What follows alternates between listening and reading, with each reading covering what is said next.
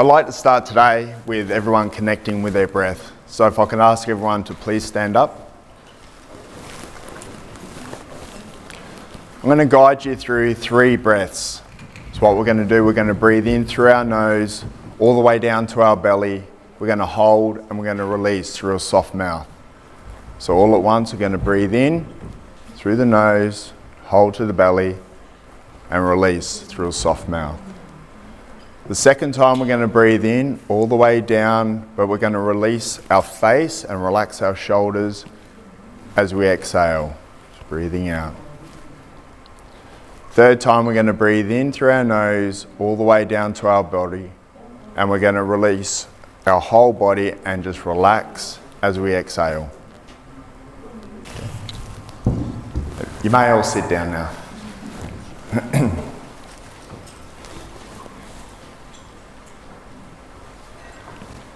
So there's a few reasons why you might have chosen to stand up. One might be because you're asked. Another might be because other people were. And a third choice might be because it suits your purpose of where you are at this point in your life, moving forward.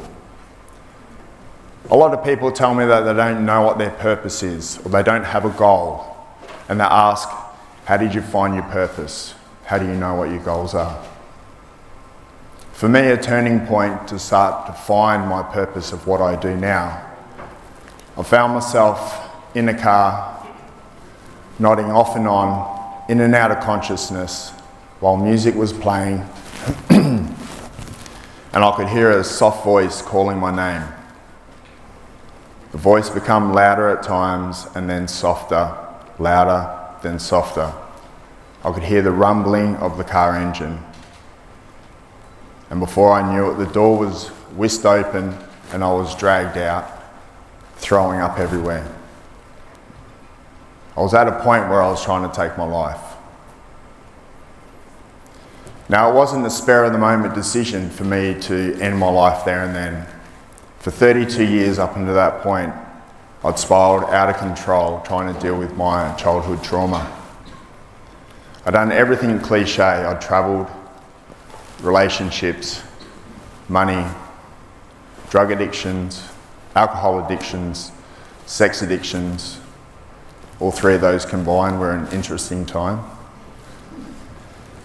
But I knew after that I needed to change and I needed to find a purpose. So I started to think about when was I most at peace in my life? And that's when I was back in the ocean. So I dropped everything I was doing and I went back to find that peace. Not the happiness, the peace. So I went back to the ocean. I'd surfed most of my life, but I really wanted to engulf myself into the ocean and all that I knew it had on offer. So I started paddleboarding. And I grabbed the paddleboard by hand and I paddled about 2 kilometres out to sea. And I was in a lot of pain. I was feeling vulnerable because I was out there by myself. But also I was feeling past negative things coming into me. And I knew that there was something special about this. I didn't quite know what, but I wanted to find out more. So I went home that day and I started looking up world records of paddleboarding. So I had a purpose of why I was out there. So I was accountable every day for my dedication to keep moving towards what I knew was going to save me. After 8 months of training full time, of letting everything go, that's putting friends and family and everything aside to work on myself and my foundation, to build myself up the way I knew I needed to build. So January 3rd, 2015, I walked down to my local beach and I got on the paddleboard here and spent 17 days in the water of 800 kilometres, paddling solo and unassisted. There was no one at the back of my board, there was no one telling me to keep on going, there was no trophy, there was no ribbon at the end. It was just me facing my demons of my past head on with nowhere else to turn to. I'd always been told by therapists that all you can do is learn to manage this, but you're going to live with these fears and triggers and traumas for the rest of your life. And this is why I tried to take my life. I wanted that to change. I wanted to find out if that was true. So I paddled along, I had 21 shark encounters, all great whites, knocking me off the board. I was scared, I was dehydrated, I nearly lost my life 10 times, I was stuck underwater 4 times, nearly drowning and coming up. But on day 5, something happened. And there was another turning point in my life. As you can see, I'm pretty happy there. For the first time in my life, I'd found peace and a peaceful mind. I went into this paddle knowing of the dangers along the way, and I was going to be paddling over shark breeding grounds. But it wasn't a suicide mission that I was on. I was just willing to die for my cause and what I believed in. But come this day, everything changed. I was still paddling in that same direction for the same cause. But it changed to, I'm now living for what I believe in. Once I got to my destination, Bondi, I knew my life had completely changed. I didn't know how or why at that time. I hadn't had time to process it. All I was thinking about was moving forward and keep moving forward. I went back to my local cafe and I sat there for about a month, just trying to process it all. And at first I just wanted to get on my board and just start paddling away, thinking I don't fit in this world anymore. This world has completely changed. So I sat there and I thought, well, I can't just keep paddling around the ocean for the rest of my life. I've got to fit in here. Where do I fit with these people and this world now, with how I've changed? And I decided it's not where do I fit, it's how does this world and how do these people fit with who I am now and what I'm going to do and my new purpose. But I wanted to test it. I'd had times where I'd been up and I'd been down, good weeks, good months, bad months. So I really wanted to test it, so I did a challenge here in Phuket. Well, I would set a 3-day challenge of paddling and running. I wasn't much of a runner at the time, but I was going to paddle all day and get off and run 130 kilometres around the island on the next day. The interesting part about it, I had 2 runners come with me, both seasoned runners. One had done over 170 ultra marathons. They were there as my support runners, knowing I couldn't run. Leading into it, one of the runners, about 16 kilometres into it, he couldn't deal with the heat, so I ended up being his support runner. Later on though, when the night came and the rain came, I started slowing down because I was now at the end of day 2. So my support runners who were there with me, we had a pact that we'll start together, we'll finish together, and no one gets left behind. The reason we were doing it was to show support for each other and for something that's bigger than us. When I needed them, they left me and they took off. They called for another support runner to come with me, who followed me in. I was about 6 kilometres from the end of my destination and my body just completely stopped and I was unable to move. For 20 minutes I tried to keep on moving forward, but I just wouldn't move. But I wasn't disappointed that I hadn't reached my destination. I was excited because nothing of my past negative had come up. And it made me understand that even though these guys had left, they were there for their own intentions and their own purpose, which was different to mine. We all have our own purpose of where we're going, and some people join the ride at some times and they leave.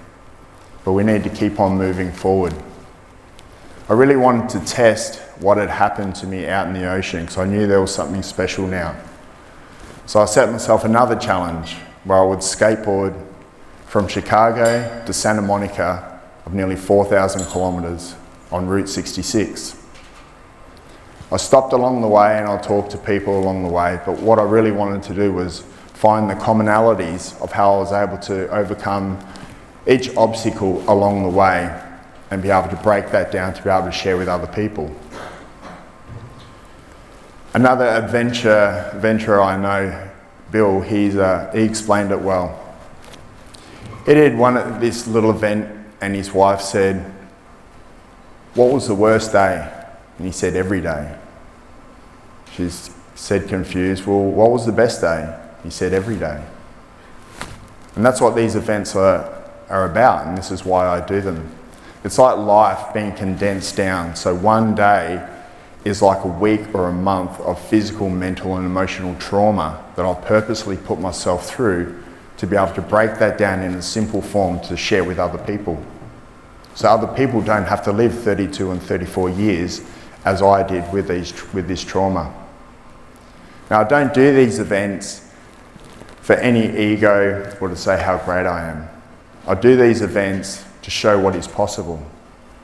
All of the records that I have broken, everyone said is impossible for me to do. But I've been able to do them. And I've been able to share that with other people. My latest challenge I did, I went back to the US and I rode a motorcycle for 10,000 kilometres in 50 days. I went to youth detention centres, I washed homeless people's feet, fed homeless people, gave them shoes, listened to LGBTQ groups, worked with war veterans and people who were doing amazing work against child abuse. It wasn't about me just sharing my knowledge and listening to them. I really wanted to get a feel of how these people were able to keep moving forward. And these are people who have gone through same or worse struggle than I'd been through. But there had to be a common tool that I could break down and share with other people. As I keep riding along on my motorbike, I was able to process each day of what I'd been told and the smiles on these people's faces who shouldn't be smiling really in the situation they were in. They still had hope and they were still being able to keep moving forward.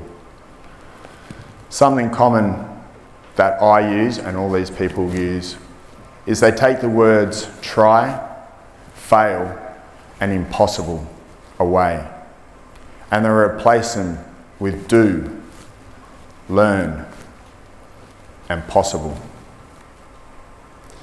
If you replace these words with the other ones, then life and your purpose becomes so much easier and so much clearer because you're not already putting obstacles in front of you.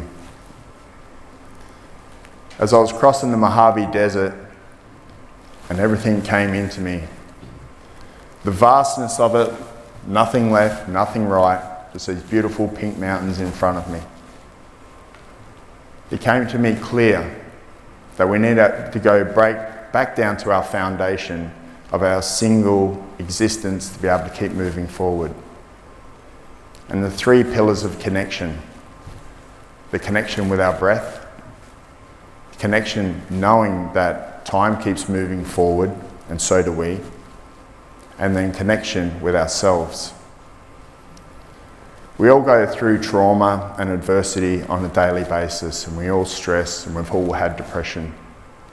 But if we can break it back down to knowing that that's our single most important foundation for us to come from, then it's clearer for us to see our purpose moving forward because we have a starting point again. We all have purposes, little ones and big ones, but we need to stay clear of what it is, and our purpose marries up to each other one that leads to that higher goal. So I want to finish by saying how proud I am of each and every one of you today for coming here, to being able to give back to yourselves, to being open to learning from the amazing speakers here. So thank you.